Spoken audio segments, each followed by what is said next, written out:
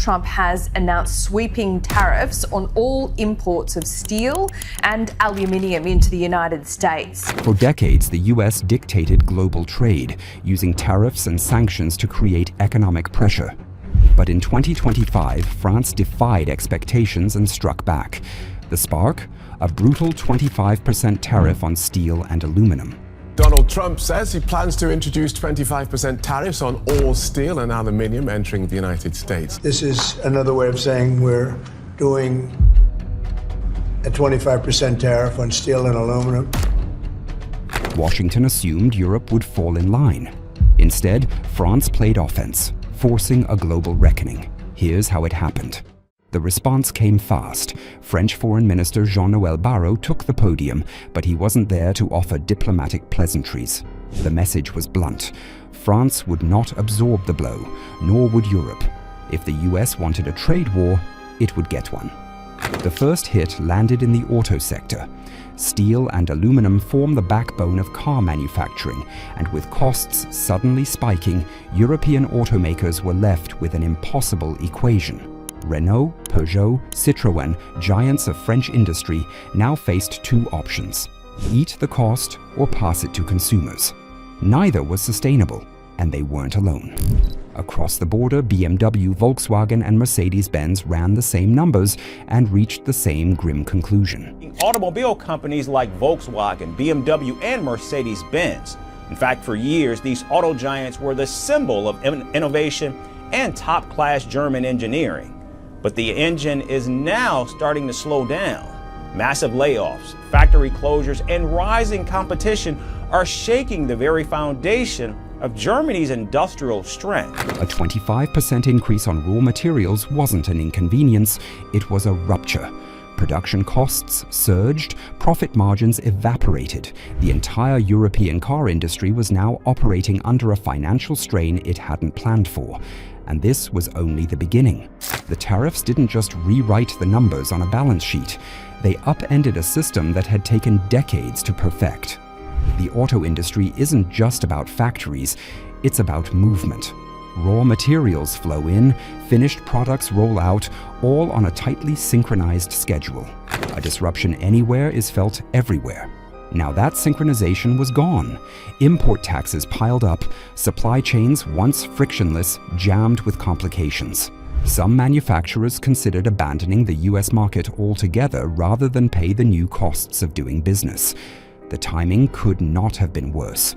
The global auto industry was already navigating a minefield. Rising production costs, a high-stakes transition to electric vehicles, an ongoing semiconductor shortage.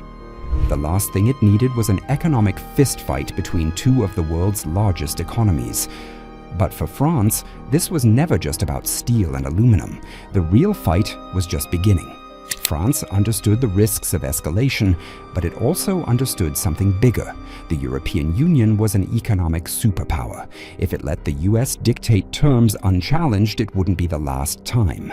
Emmanuel Macron knew the moment called for unity. He pushed for a coordinated European response, arguing that economic sovereignty required collective strength.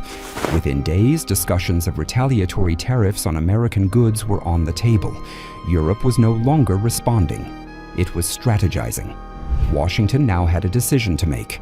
Would it press forward, confident that Europe would blink first, or would it find itself fighting a conflict it hadn't fully prepared for? And then the stakes got even higher. While Washington debated its next move, France made one of its own. It turned to China. French-Chinese trade hit a record $8.9 billion in 2023.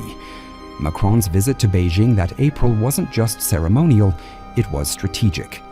18 new cooperation agreements were signed, many of them focused on one key area: the future of cars. China dominates electric vehicle battery production. If France wanted an edge in the next era of auto manufacturing, it needed access to that expertise. Renault and Peugeot wasted no time exploring partnerships with Chinese firms, securing supply chains that would define the industry's next chapter. For Washington, this was an unintended consequence of its own making. The tariffs had been meant to strengthen U.S. industry. Instead, they pushed a key ally closer to America's biggest economic rival. But things didn't stop there. For years, Washington had assumed that economic pressure was a one-way tool, that it could impose costs without paying them, that allies might protest but wouldn't retaliate. France rewrote that assumption.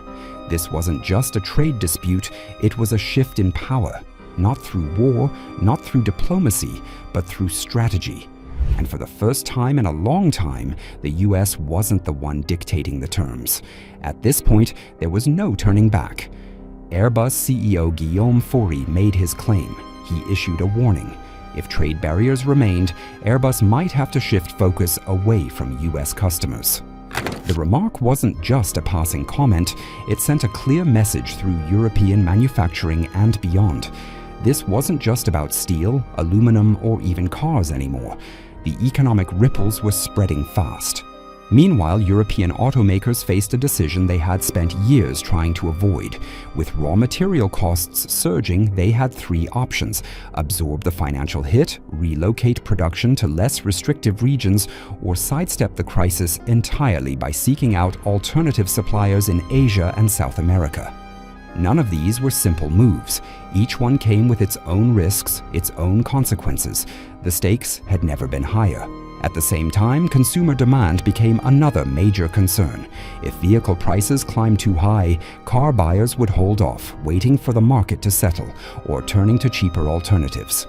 A slowdown in sales wouldn't just dent corporate profits, it would trigger workforce reductions, factory closures, and a painful restructuring of global supply chains.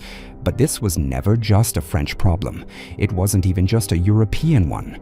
It was a direct challenge to the balance of international trade. Recognizing the stakes, Brussels moved swiftly. Macron had made it clear that Europe wouldn't take this lightly, and soon, discussions of retaliatory tariffs on American goods were in motion. The diplomatic door remained open, but the message was unmistakable. If Washington kept pushing, Europe would push back. That prospect sent a shiver through an industry that had spent decades refining its global strategy. Automakers on both sides of the Atlantic had built supply chains that wove through the US and Europe, relying on seamless logistics and predictable costs. The sudden disruption of that system wasn't just inconvenient, it was existential. And yet, an even bigger question loomed. What if Washington retaliated? A full-blown trade war between the world's two largest economic forces would be disastrous, with consequences far beyond the auto industry. Markets would shake, supply chains would fracture, investors, already wary of economic instability, would pull back. The escalating cycle of tariffs and counter-tariffs could spiral into a prolonged standoff, the kind that leaves no winner, only damage. At the same time, something even more significant was happening. The trust between Washington and Brussels, once the foundation of Western economic cooperation, was beginning to crack. The US and EU had spent decades aligning on trade, defense, and diplomacy. Now those ties were being tested in ways few had predicted. The stakes had never been higher. For American automakers like Ford and General Motors, the stakes were enormous. European tariffs on US exports could gut their sales of high-end models and electric vehicles, a sector they were betting big on. Meanwhile, European manufacturers faced their own nightmare scenario: potential US import restrictions that would cut them off from one of their most profitable markets. As tensions mounted, pressure on policymakers grew. Industry leaders weren't willing to wait for governments to sort things out. Automakers, suppliers, and trade organizations ramped up lobbying efforts, demanding a resolution. Tariffs might serve as a short-term political tool, but long-term uncertainty was a death sentence for an industry that depended on stability to plan investments, build factories, and move products across borders.